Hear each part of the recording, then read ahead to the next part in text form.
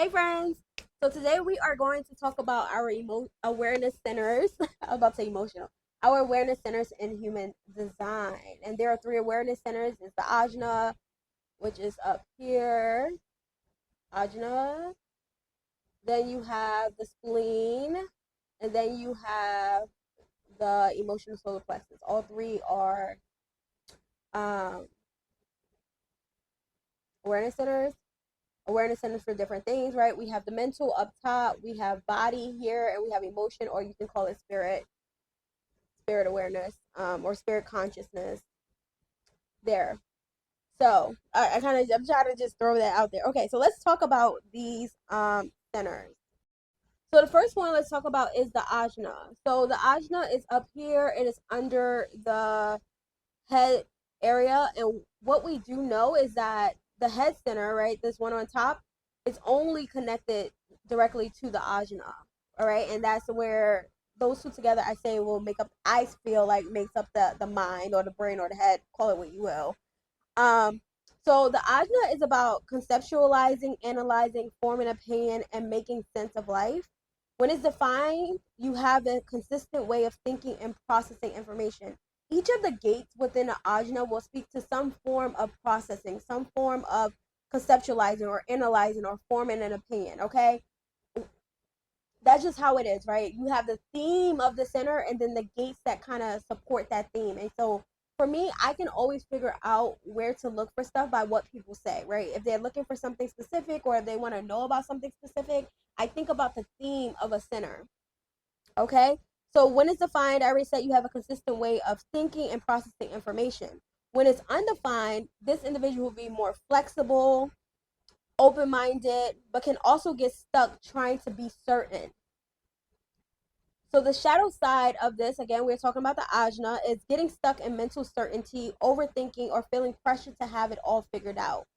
The wisdom potential of this is the ability to hold multiple perspectives without needing to be right.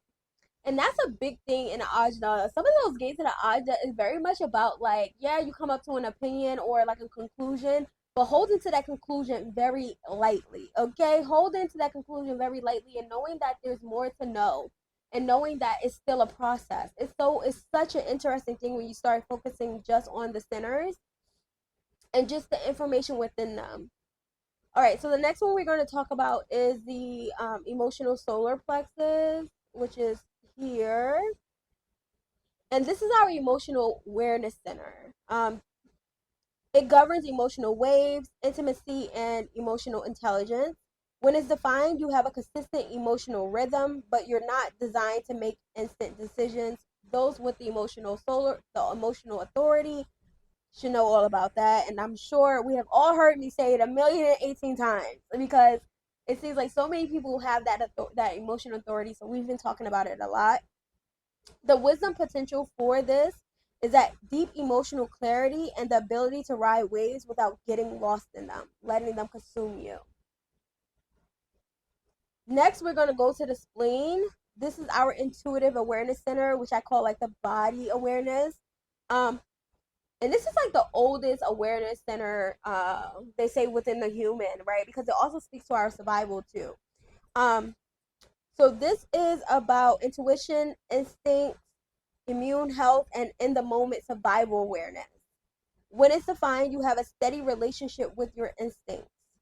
When it's undefined, you're highly sensitive to the environment and to others' fears.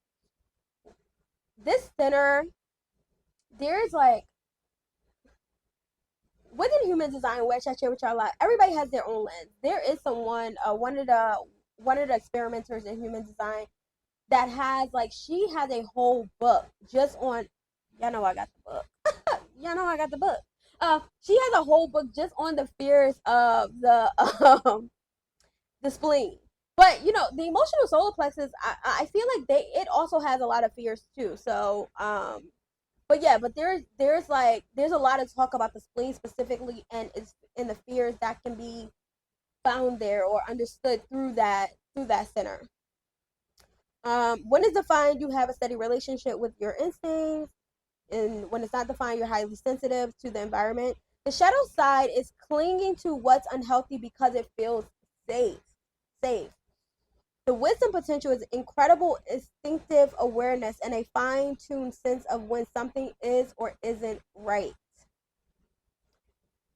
So, when it comes to these awareness centers, they talk about where our fears live, but also where our deepest wisdom can also emerge. So, when you're not operating from the shadow. Yeah. So, you can just see what's colored in for you, and you'll know whether or not what you have consistent and what's not consistent for you. I'm trying to see what I want to say, what else I want to say about this. But I think that that's the gist of it. I just want to give like I'm trying with these centers. You know what? I'm gonna just stop talking because I said what I said. Because I'm about to go on a whole other tangent. But yeah, those are our 3 awareness centers. Okay, and so sit with that.